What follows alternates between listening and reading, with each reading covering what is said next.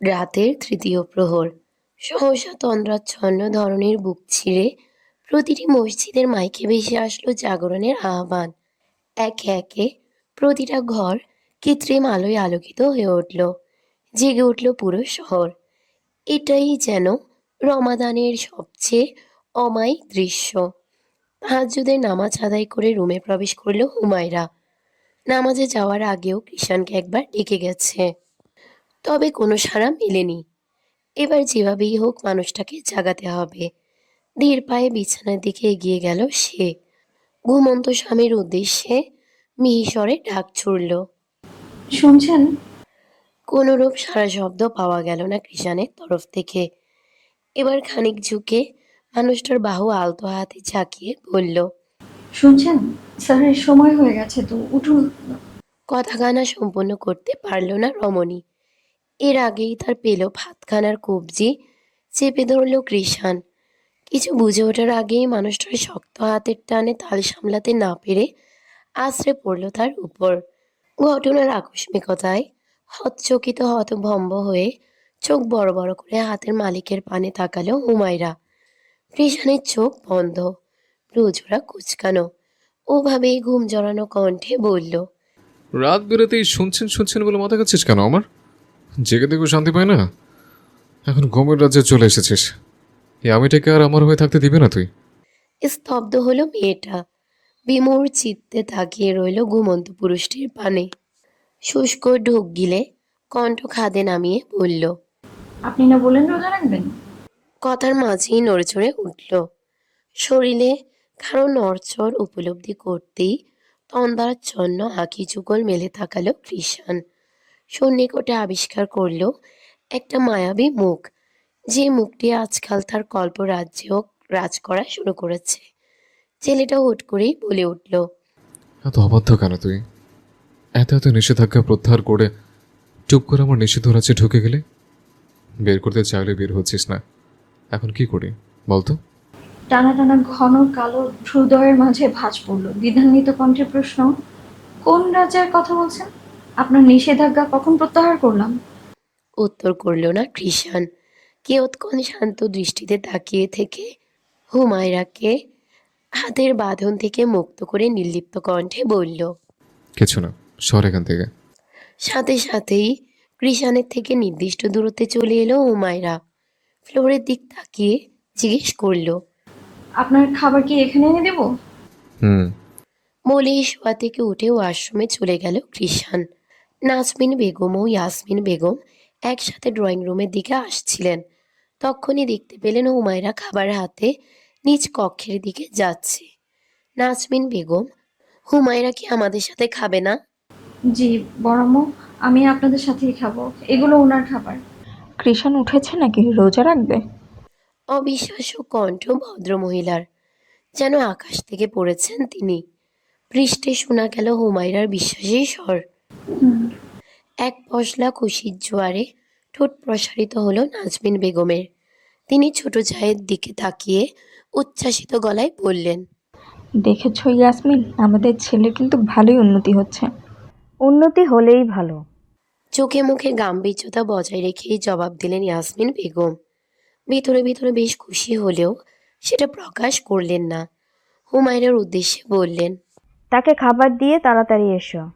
সেখানে আর দাঁড়ালো না হুমায়রা। শাশুড়ির কথায় মাথা দুলিয়ে রুমে চলে গেল সে।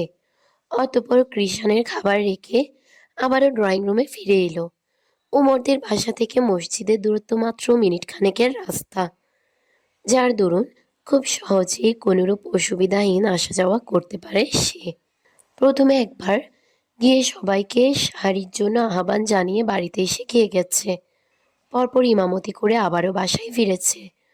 যদিও এই রুটিনটা নতুন যোগ হয়েছে। গত রমজানগুলোতে সে একেবারে খাবার নিয়েই মসজিদে চলে যেত, কিন্তু এখন খাওয়ার সময় তার পরিবারের কেউ যদি ইকরার সাথে কোনোরূপ ঝামেলা করে, সে ভয়ে স্ত্রীর সঙ্গ দিতে একাধিকবার আসা যাওয়ার এই নিয়ম অবলম্বন করতে হচ্ছে তাকে। ফজরে নামাজ আদায় করে রান্নাঘরে পড়ে থাকা এইটো থালা বাসনগুলো ধুচ্ছে ইকরা। প্রথম প্রথম ফরিদা বেগম তাকে কাজে হাত লাগাতেও দিতেন না, আশেপাশে দেখলেই ছুটে যেতেন। কিন্তু নুরনাহার বেগমের কথায় এখন ইকরাকে কাজ করতে দিয়েছে ঠিকই, তবে এখন কাজের ধারে কাছেও আসেন না ভদ্রমহিলা। ইকরাই ঘরের সব কাজ একা হাতে সামলায়, আর তিনি আরামসে বসে থাকেন, যেন ছেলের বউকে কাজ দিয়েই শায়েস্তা করার পণ করেছেন। ইকরা যখন কাজ করতে ব্যস্ত, তখনই নিঃশব্দে রান্নাঘরে প্রবেশ করলো উমর। কিছুটা এগিয়ে এসে ইকরার পিছনে দাঁড়ালো, কর্মরত স্ত্রীর উদ্দেশ্যে বলল। এগুলো তো সকালে ঘুম থেকে উঠে দোলেও পারতেন। আকস্মিক কণ্ঠে কিছুটা ভরকালো ইকরা, চকিত ঘুরে তাকালো সে। কাঙ্ক্ষিত ব্যক্তিকে দেখতেই শান্ত হলো, নিজেকে ধাতস্থ করে বলল। কাজগুলো শেষ করেই এক্কেবারে শান্তিতে ঘুমাবো। আপনি কখন এলেন ইমাম সাহেব? এই তো মাত্রই আসলাম। ও, বলে আবারও কাজে হাত লাগালো ইকরা। একটা একটা করে বাসন ধুয়ে পাশে রাখলো, সহসা সেগুলো হাতে নিয়ে নিল উমর। তা দেখে ইকরা অবাক কণ্ঠে বলল। এ কি, আপনি এগুলো নিয়ে কোথায় যাচ্ছেন? আপনি ধুয়ে দিন, আমি এগুলো নিয়ে রেখে রেখে দিচ্ছি। আরে না না, দরকার নেই, এগুলো আপনার কাজ নয়। আপনি রুমে যান তো ইমাম সাহেব। শুনুন প্রিয় ইকরা বিবি, আপনার আমার বলতে কিছু নেই, এখন যা আছে সব আমাদের, আপনি বরং তাড়াতাড়ি করুন। স্বামী নামক এই পুরুষটির প্রতিটা কথাই মুগ্ধ হয় ইকরা। উত্তর দেওয়ার মতো শব্দ খুঁজে পায় না শব্দ ভাণ্ডারে। মেয়েটা ভেবে পায় না এত ভালো একটা মানুষ হয় কি করে।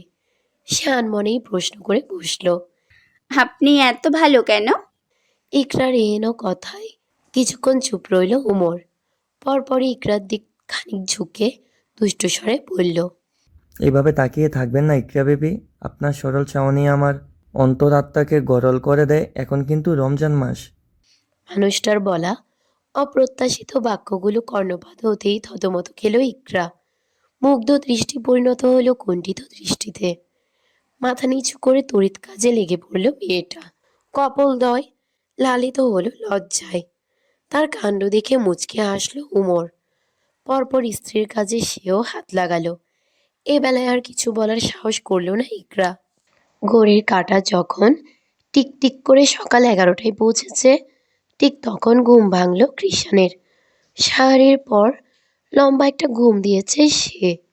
নিত্যদিনের তুলনায় আজকে একটু বেশিই ঘুমিয়েছে, যার দরুন শরীর কেমন ভার ভার লাগছে। মাথা ঝাঁকিয়ে অলস ভঙ্গিতে ওয়াশরুমে গিয়ে ফ্রেশ হয়ে আসলো। পরপর গায়ে শার্ট জড়িয়ে বেরিয়ে পড়ল। আজ ভার্সিটি নেই। বন্ধুদের সাথে আড্ডা দিয়েই দুপুর অবধি কাটালো কৃষাণ। তন্মধ্যে একমাত্র সেই রোজাদার ছিল। বাকিরা সবাই যে যার মতো সিগারেট ও অন্যান্য হাবিজাবি জিনিস খেয়েছে।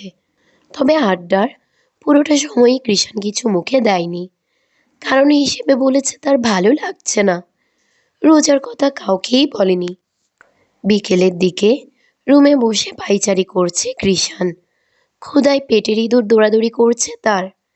আর তৃষ্ণায় তো আরেকটু হলে গলা ফেটে যাবে বলে মনে হচ্ছে। সকালটা ভালোই কেটেছে। দুপুরের পর থেকে ক্রমে ক্রমে হাল বেগতিক হতে যাচ্ছে।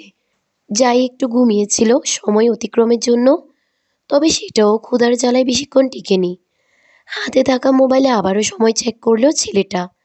স্ক্রিনে জানান দিচ্ছে এখন সময় 4টা 50 মিনিট। বিরক্তিতে ভ্রু গুটিয়ে নিল। রাগ নিয়ে মোবাইলটা বিছানায় ছুঁড়ে ফেলল। গজবের ঘড়িতে আজকে কি কাটা চলেই না নাকি? কৃষণ মির্জার সাথে জাতশত্রুতা আছে বলে মনে হয়। রাগ নিয়ে মোবাইলটা বিছানায় ছুঁড়ে পড়ল। বলেই কক্ষ থেকে বেরিয়ে গেল সে। রান্নাঘরে দক্ষ হাতে ইফতার তৈরি করছে হুমায়রা। পাশে কেউ নেই। ইয়াসমিন বেগম ও নাজমিন বেগম তাকে সব বলে কয়ে দিয়ে যে যার রুমে চলে গেছেন। অবশ্য হুমায়রাই বলেছে চলে যেতে। মেয়েটা যখন কাজে ব্যস্ত তখনই কর্ণগোচর হলো স্বামীর অধৈর্য স্বর। এই হুজুর নিয়ে আছেন দিবে কখন রে? কি বাচ্চাদের মতো কথাবার্তা। তৎক্ষণাৎ মানুষটার দিকে চাইল হুমায়রা। বলল। আপনার কি বেশি কষ্ট হচ্ছে? কষ্ট তো হচ্ছেই। সে কি আর কখনো রোজা রেখেছে নাকি? রোজার মধ্যে 3 বেলা খেয়ে তো কুল পায়নি। তবে ভিতরের অবস্থা বুঝতে দিল না কৃষাণ। বলল। আজান কয়টা বাজে দেবে সেটা বল। প্রায় 6টার দিকে। ও, ছোট করে উত্তর দিয়ে হুমায়রার দিক খানিক এগিয়ে এলো কৃষাণ। কিছুক্ষণ মেয়েটার ঘর্মাক্তক মুখ পানে চেয়ে বলে উঠল, তোর কষ্ট হচ্ছে না? রোজে রেখে এভাবে কাজ করছিস কিভাবে? অভ্যেস হয়ে গেছে। আপনি আজকে প্রথম তো, তাই আপনার এমন লাগছে। আগামীকাল থেকেই দেখবেন তেমন একটা আর খারাপ লাগবে না। ধীরে ধীরে আপনিও অভ্যস্ত হয়ে যাবেন। আমিও রাখতে পারবো না, আমার দ্বারা এসব হবে না। কর্মরত হাতটা থেমে গেল রমণীর। মুখ কালো করে তাকালো স্বামীর পানে। বলল, এই আপনার কৃতজ্ঞতা? আমি পারি না এখানে, আমার কি করার? আমি বললাম যে আজকে প্রথম দেখে এমনটা লাগছে। তাদের কথার মাঝেই রান্নাঘরে প্রবেশ করলেন নাজমিন বেগম। এসেই কৃষাণের উদ্দেশ্যে বললেন, এক কাজ করো কৃষাণ, বেশি কষ্ট হলে হুমায়রার দিক তাকিয়ে থাকো, সোয়াবও হবে, সাথে সময়ও কেটে যাবে। তার কণ্ঠ শুনতেই নিজেকে গুটিয়ে নিল হুমায়রা। হৃৎকোটরে উকি দিল অস্বস্তি নামক অনুভূতিরা। এদিকে বড় আম্মুর কথায় ভ্রুকুচকে তাকালো কৃষাণ। কোনরূপ উত্তর না দিয়ে রান্নাঘর থেকে বেরোতে বেরোতে বিড়বিড় করে বলল, ব্রেকলেস, পিছলে পড়ার ধান্দা। এমনিতেই তো আজকাল একবার তাকালে চোখ সরানো দায় হয়ে ওঠে। কৃষাণ যেতেই হুমায়রার কাছে এলেন নাজমিন বেগম। রান্না পর্যবেক্ষণ করে বললেন, সব কিছু ঠিকঠাক পাবে তো নাকি? ইনশাআল্লাহ পারবো, আপনি চিন্তা করবেন না বলাম্মু। সন্তুষ্টিময় হাসলেন তিনি। পরপর যেভাবে এলেন ঠিক সেভাবেই চলে গেলেন। সূর্যের শেষ রক্তিম আভা ধীরে ধীরে সন্ধ্যার কালচে মেঘে মিশে যাচ্ছে। প্রকৃতিতে শুরু হচ্ছে এক মায়াবী আলোছায়ার খেলা। কোলাহল থেমে গিয়ে চারিদিকে নেমে এসেছে এক অপূর্ব নীরবতা। ক্লান্ত পাখির দল তখন নিরে ফেরার জন্যে ডানা ঝাপটে আকাশপথে উড়ে যাচ্ছে। কৃষাণের জন্য আলাদা করে ইফতার নিয়ে কক্ষে প্রবেশ করল হুমায়রা। তাকে দেখতেই সোজা হয়ে বসল কৃষাণ। বলল, আর কয় মিনিট আছে আজান দেয়ার? বেশি নেই, তবে বোধ হয় 4-5 মিনিট। যাবতীয় সব কিছু কৃষাণের সামনে রাখা হতেই চলে যেতে নিচ্ছিল হুমায়রা। অমনি পিছু ডাকলো মানুষটা। তুই কোথায় যাচ্ছিস? ড্রয়িং রুমে কেন? ইফতার করতে। এখানেই কর। অপ্রত্যাশিত শব্দদ্বয় কর্ণপাত হতেই অবাকের সপ্তম আকাশে পৌঁছালো হুমায়রা। নিশ্চিত হতে শুধালো, আপনার সাথে ইফতার করব? কেন? আমার সাথে ইফতার করলে কি তোর জাত যাবে? মেয়েটা বলল কি আর সে বুঝলো কি, মানে কি পরিমাণ তেরা মানুষটা। আর কিছু বলল না হুমায়রা। চুপচাপ এসে বসে পড়ল কৃষাণের বরাবর অপর পাশের খালি জায়গাটায়। এভাবেই কিছুক্ষণ নীরব রইল পরিবেশ। পরপর আবারও শোনা গেল কৃষাণের অতিষ্ঠ কণ্ঠ। কি রে, আজান দিচ্ছে না কেন? 5:58 বাজে তো। এখনই দিয়ে দিব। আর একটু অপেক্ষা করুন। ছেলেটার ধৈর্যের বাঁধ যেন ভেঙে চুরমার হয়ে গেছে। প্রতিটা মিনিট তার কাছে ঘন্টার সমতুল্য মনে হচ্ছে। মিনিট পেরোতেই সে রেগে গিয়ে বলল, এবার আজান না দিলে একেবারে মসজিদে গিয়ে পিটিয়ে আসবো। শেষে কিছু একটা বলতে গিয়েও থেমে গেল। মনে পড়ল সে এখন রোজা। অগত্যা নিজেকে সামলে নিল। এদিকে মানুষটার কাণ্ড দেখে হুমায়রা হাসবে নাকি কাঁদবে বুঝতে পারছে না। সে নীরব দর্শক হয়ে তার বখাটে স্বামীর কাণ্ড দেখতে লাগলো। এক পর্যায়ে সকল রোজাদারের অপেক্ষার অবসান ঘটিয়ে মসজিদের মাইকে মাগরিবের আজান পড়ল। সাথে সাথেই রোজা ভাঙার নিয়ত পড়ে খেজুর মুখে দিল কৃষাণ। পরপর এক চুমুকে শরবতের গ্লাস খালি করল। মুখে তৃপ্তির হাসি নিয়ে বলল, এইবার শান্তি। এবেলায় এসে ফেলল হুমায়রা। তবে তা টিকল না বেশিক্ষণ। এর আগেই তারা হাসিকে ফাঁসিতে ঝুলিয়ে দিয়ে কৃষাণ বলে উঠল, এখন বল, আমাকে দেখলে তোর ভয় কাজ করে না, বরং কি কাজ করে? গলায় খাবার আটকে যাওয়ার উপক্রম হলো মেয়েটার। সে তো ভেবেছিল কৃষাণ হয়তো ও কথা ভুলে গেছে। গতকাল রাতেও তো বলেছিল খবর করে ছাড়বে, কিন্তু কিছুই করেনি। স্বাভাবিকভাবেই ঘুমিয়ে পড়েছিল। দিনেও তো এ ব্যাপারে কিছু বলেনি, যার দরুন তার নিজেরই মাথা থেকে বেরিয়ে গেছে কথাটা। মেয়েটা তড়িঘড়ি করে মুখের খাবারটা শেষ করলো। আস্তে আস্তে বিছানা থেকে নামতে লাগলো। তীক্ষ্ণ চোখে তাকিয়ে থাকা মানবের উদ্দেশ্যে বলল, নামাজের সময় শেষ হয়ে যাবে তো। আগে কথা সম্পূর্ণ করে যা তুই। বলেই মেয়েটার হাতটা খপ করে ধরে ফেলল কৃষাণ। সংকীর্ণ চেহারায় মানুষটার পানে চাইল হুমায়রা। মনে মনে কথা খুঁজতে লাগলো। কি রে, চুপ করে আছিস কেন? পরে বলি না, নামাজটা পড়ে আসি আগে। ভ্রু কুঁচকে মেয়েটার দিক তাকালো কৃষাণ। মানুষটার তীক্ষ্ণ চোখ দেখে হুমায়রা সাফাই গিয়ে বলল, সময় শেষ হয়ে যাচ্ছে তো, তাই বলছি আর কি। যা। হাফ ছেড়ে বাঁচল রমণী। তৎক্ষণাৎ কোনো দিকে না তাকিয়ে ব্যস্ত পায়ে রুম ছাড়ল সে। ক্লান্তিরা আজ ঘিরে ধরেছে কৃষাণকে। বন্ধুরা একের পর এক মেসেজ পাঠাচ্ছে বাইরে যাওয়ার জন্য, অথচ শরীর যেন কোনো মতোই সায় দিচ্ছে না তার। সারাদিন রোজা রেখে ইফতার শেষে ছেলেটার সুঠাম দেহখানাও আজ ক্লান্তিতে নেতিয়ে পড়তে চাইছে। বিছানা ছেড়ে উঠতেই চাইছে না। অগত্যা শরীরের উপর জোর খাটালো না সে। 4 বন্ধুর সমারোহ নিয়ে করা হোয়াটসঅ্যাপ গ্রুপটাতে জানিয়ে দিল আজকে তার শরীর ভালো লাগছে না, তাই যেতে পারবে না। ও পাশের ব্যক্তিরা হয়তো বেশ আশ্চর্য হলো মেসেজটি দেখে। সকলের অবাকের ইমোজি সেন্ড করলো। রবি রিপ্লাইয়ে বলল, তোর শরীরে আবার কোন দিক দিয়ে পচে ধরলো? সকালে তো সব দিক দিয়ে ঠিকঠাক দেখলাম। আরে আড্ডায় আয়, শরীর এমনিতেই ভালো হয়ে যাবে। বন্ধু মহলের এমন বেপরোয়া ভাব দেখে হতাশার শ্বাস ফেলল কৃষাণ। অবশ্য এদের থেকে সিরিয়াসনেস আশা করাও বেকার। নিজের সিদ্ধান্তেই অটুট রইল সে। জবাবে লিখে পাঠালো, আমি এখন ঘুমাবো। ডিস্টার্ব করলে আগামীকাল এক একটাকে করই গাছের সাথে বেঁধে শায়েস্তা করব। বলেই অফলাইনে চলে এলো। অতঃপর সত্যি পাশে মোবাইল রেখে উবুর হয়ে শুয়ে পড়ল। নামাজ শেষ করে ভয়ে ভয়ে রুমে প্রবেশ করলো হুমায়রা। এমন অসময়ে কৃষাণকে শুয়ে থাকতে দেখে কিছুটা অবাক হলো। পা টিপে টিপে মানুষটার দিকে এগিয়ে গেল। কৃষাণ ঘুমে মগ্ন। সামনে থেকে যে কেউ একজন তাকে গভীর দৃষ্টিতে পর্যবেক্ষণ করে যাচ্ছে, সেসবে কোনো ধ্যান নেই তার। খুব সন্তর্পণে ঘুমন্ত পুরুষটির পাশে বসল হুমায়রা। কিয়ৎক্ষণ তার তন্দ্রাচ্ছন্ন মুখপানে তাকিয়ে থেকে বলে উঠল, পূর্ণতা সুন্দর, তবে দীর্ঘ অপেক্ষার ফলস্বরূপ যে পূর্ণতা মিলে, তার সুন্দরের কোনো ব্যাখ্যা হয় না। আপনি দিবেন তো আমায় সেই ব্যাখ্যাহীন পূর্ণতা? সৃষ্টিকর্তার দরবারে আপনার সাথে একসাথে হাত তোলার স্বপ্ন পূরণ করবেন তো? সাহারির সময়। খাওয়া শেষ করে সব কিছু ওভাবেই বিছানায় ফেলে রেখেছে কৃষাণ। আজকেও হুমায়রা অনেকক্ষণ ডাকাডাকি করার পর ঘুম থেকে উঠেছে সে। তাকে খাবার দিয়ে নিচে শাশুড়িদের সাথে খেতে চলে গেছে হুমায়রা। এখনো আসেনি রুমে। এবেলায় বিরক্ত হয়ে মেয়েটাকে যেই না রাখতে নেবে, তখনই ঘরের দরজায় দেখা মিলল কাঙ্ক্ষিত রমণীর। পরপর শোনা গেল তার ব্যস্ত স্বর, খাওয়া শেষ আপনার? না, তোর জন্য না খেয়ে বসে আছে। এতক্ষণ আসার সময় হচ্ছে তোর? ওই দিকটা গুছিয়ে আসতে একটু দেরি হয়ে গেছে। কথার মাঝেই এগিয়ে এসে বিছানায় পড়ে থাকা প্লেটগুলো নিয়ে নিল। পরপর আবারও রুম ছাড়ল। সবগুলো ইঁটো থালা বাসন নিয়ে মাত্র রান্নাঘরে পা রেখেছিল হুমায়রা, অমনি বিদ্যুৎ লাইন বিচ্ছিন্ন হলো। অন্ধকারে তলিয়ে গেল আলোক উজ্জ্বলতায় ভরপুর ভবনখানা। অকস্মাৎ ঘটনায় কিছুটা হকচকালো মেয়েটা। তখনই পিছন থেকে হালকা আলোর উৎস নিয়ে রান্নাঘরে প্রবেশ করলো কেউ। Go ahead.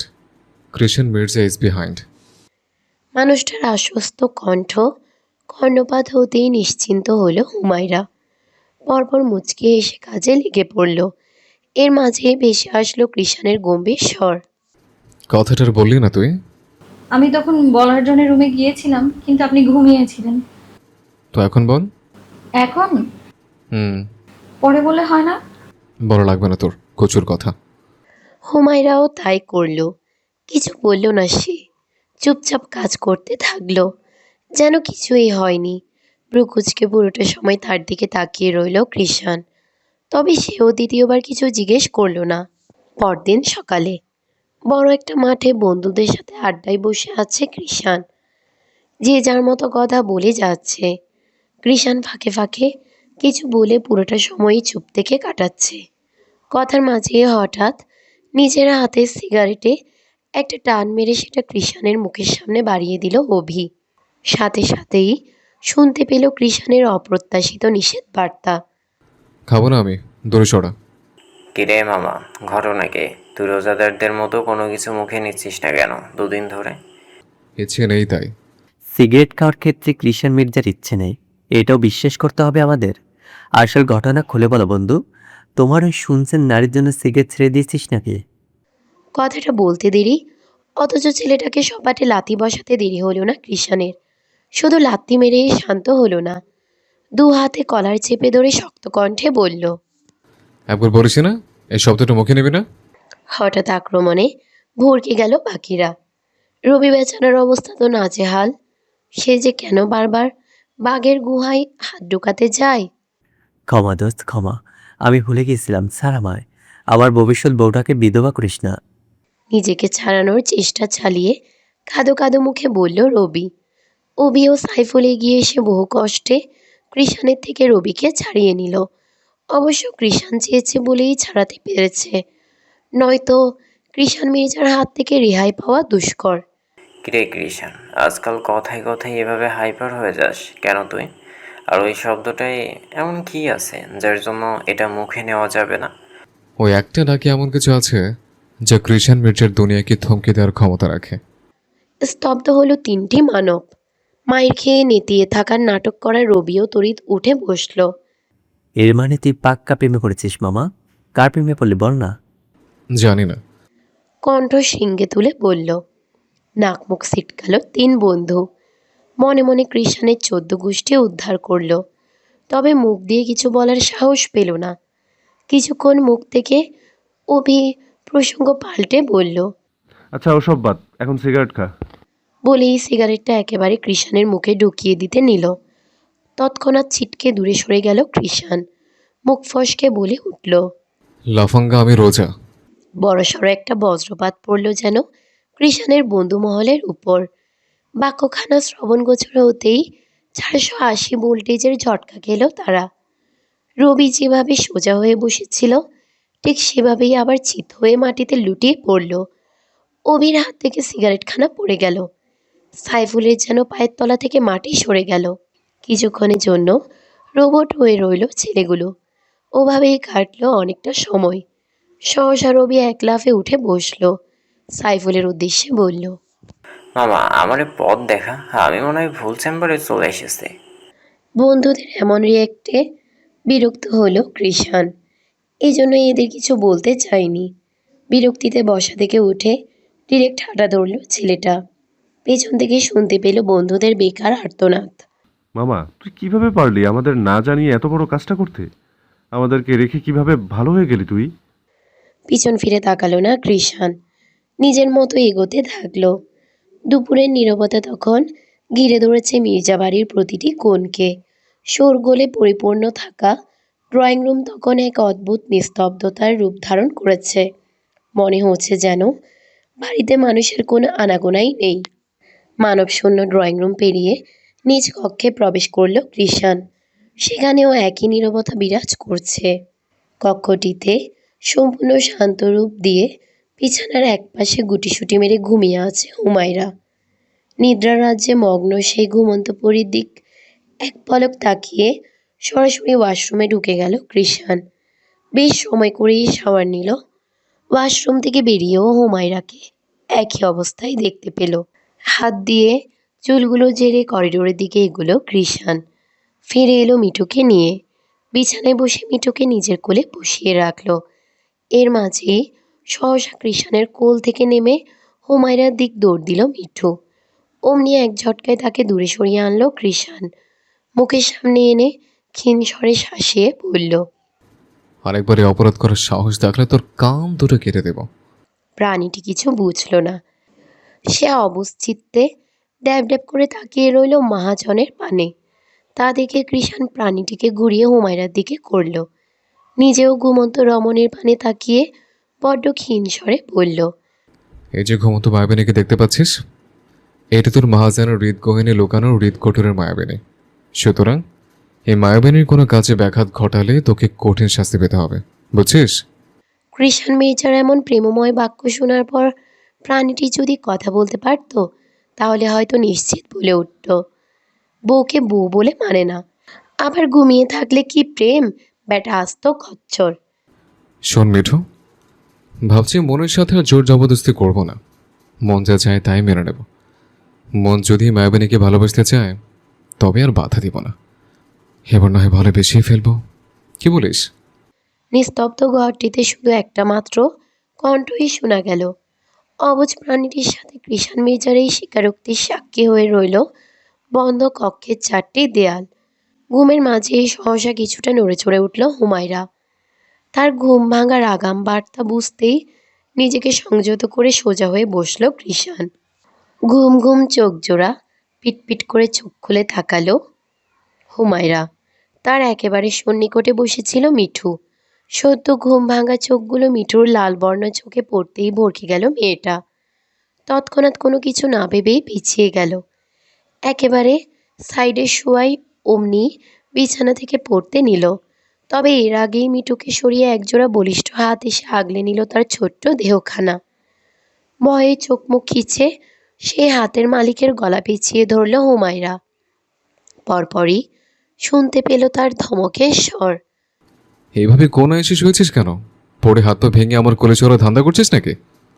তড়িৎ চোখ জোড়া মেলে মানুষটার পানে চাইল হুমায়রা। আমার কি দোষ? মাঝখানে ঘুমালে তো আপনিই ধমকাতেন। এখন থেকে তোর যেখানে আছে সেখানেই ঘুমাস।